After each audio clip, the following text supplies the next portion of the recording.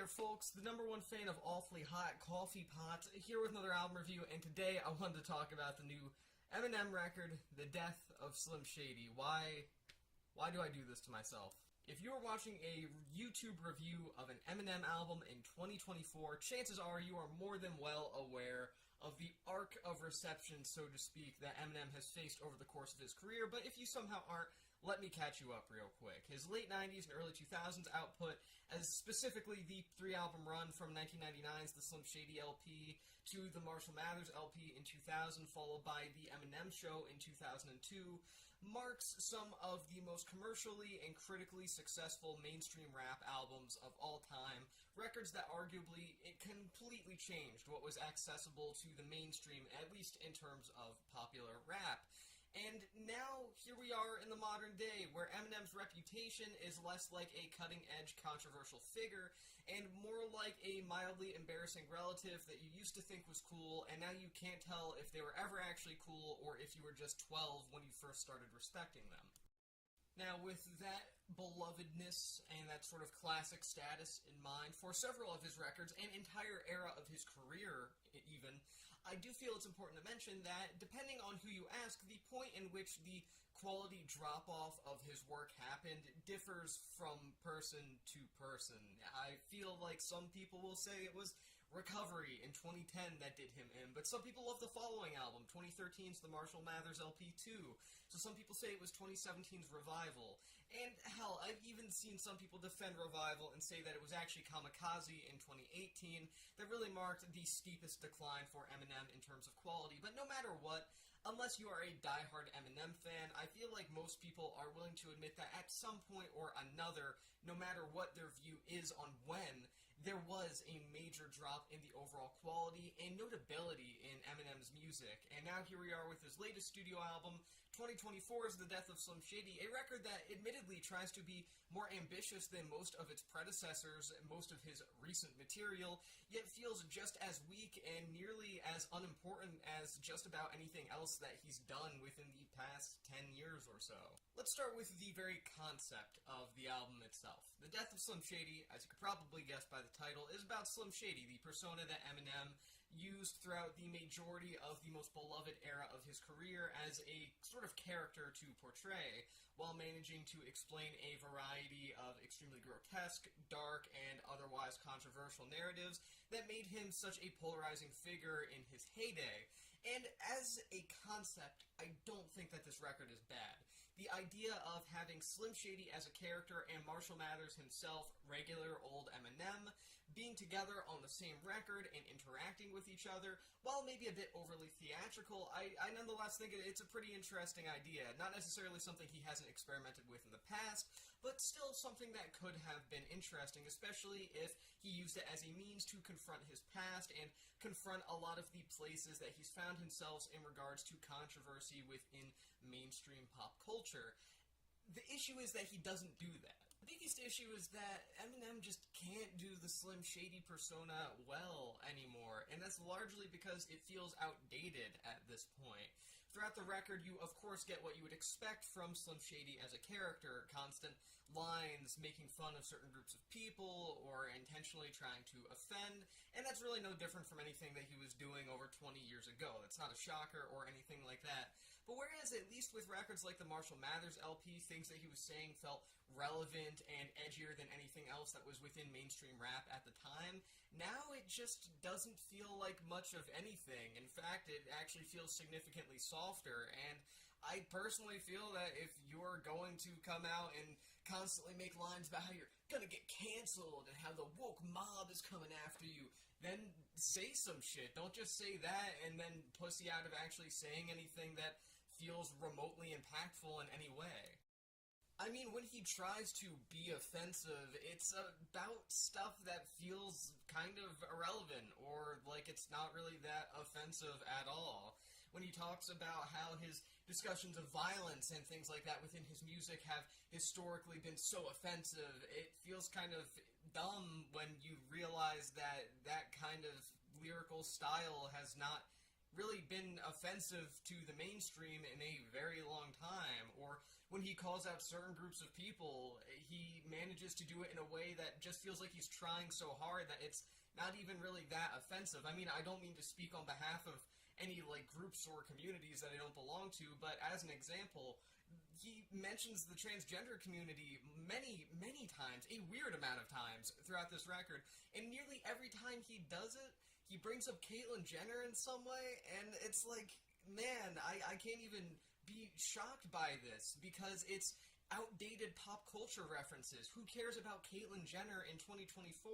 And I'm not even saying that because I'm a Caitlyn Jenner fan or anything like that. She just does not feel like a noteworthy person in the modern day, or at least not as much as she did maybe a decade ago. And I think that's a perfect example of where Eminem is at right now. It feels like he's stuck in another era while at the same time trying to talk about how edgy he is and how much Gen Z hates him and is going to cancel him for nothing, because he doesn't say anything that shocking on this record, despite being the Slim Shady persona that was once known for dropping a lot of shocking tracks about spousal abuse, about school shootings, so on and so forth.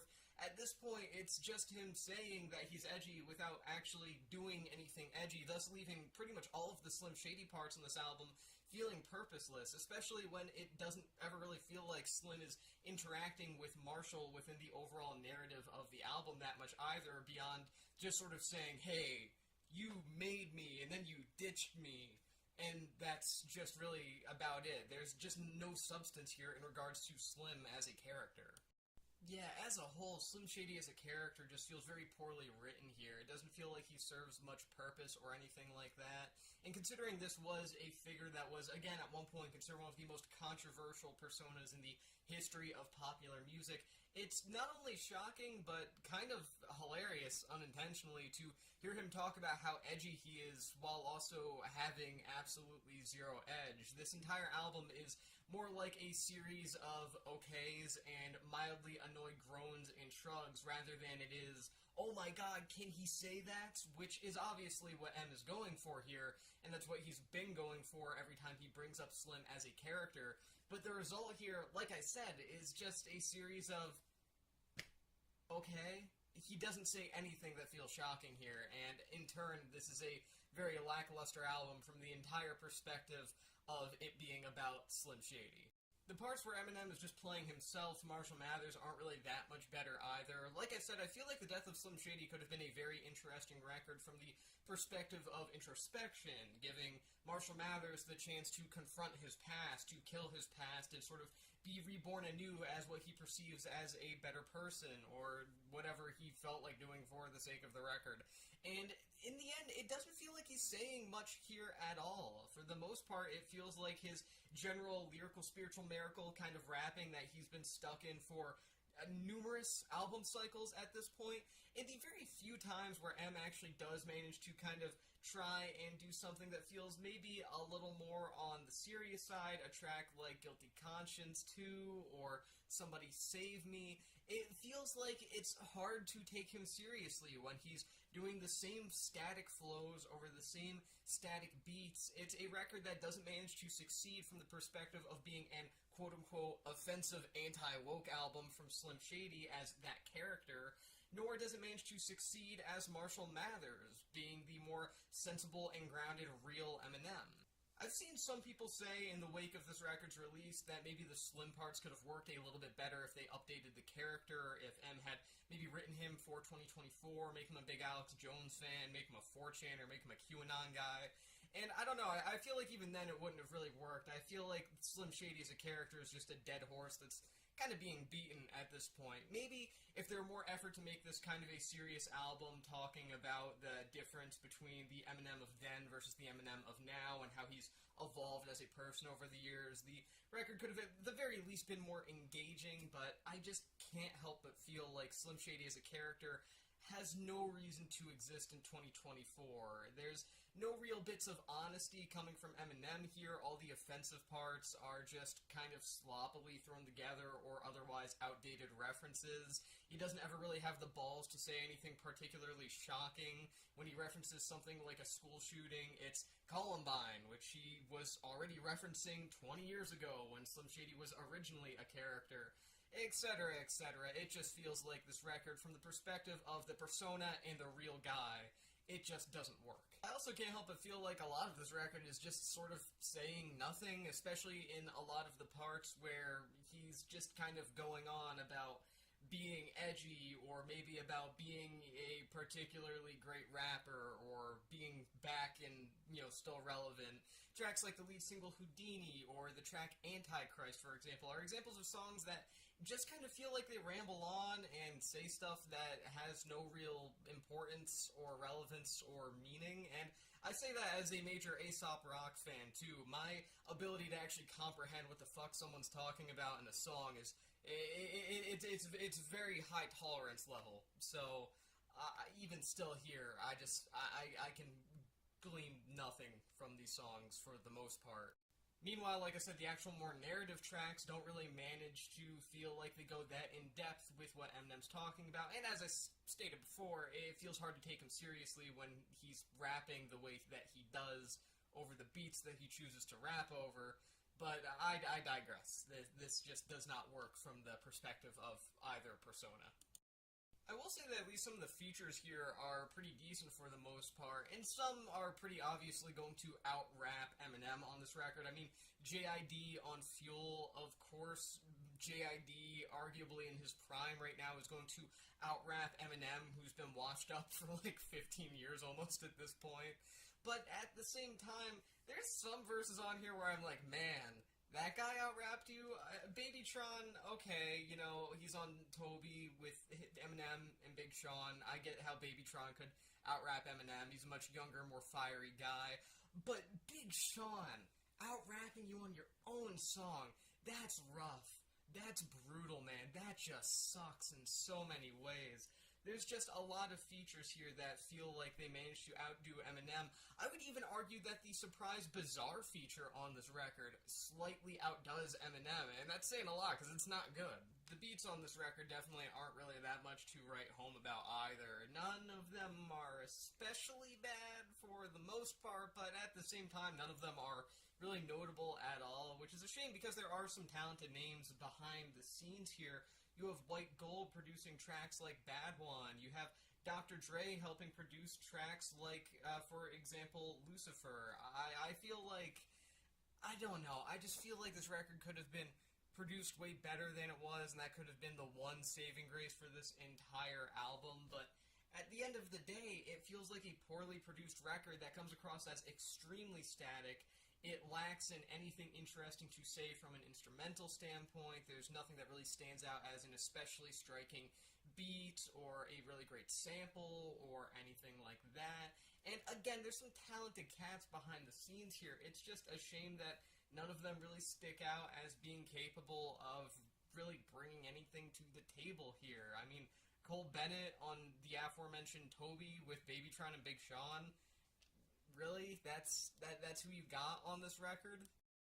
More than anything, though, I feel like this record could be seen as a missed opportunity in a lot of ways. I mean, for example, like I said earlier, I feel like this record could have been used as a great opportunity to have there be more introspection from Eminem as himself, talking about his past, talking about what these Slim Shady years mean to him, talking about where he is in life now and where he is hoping to see himself in the future, how he feels internally about his entire career up to this point and the sort of status that he holds in the modern day rap scene.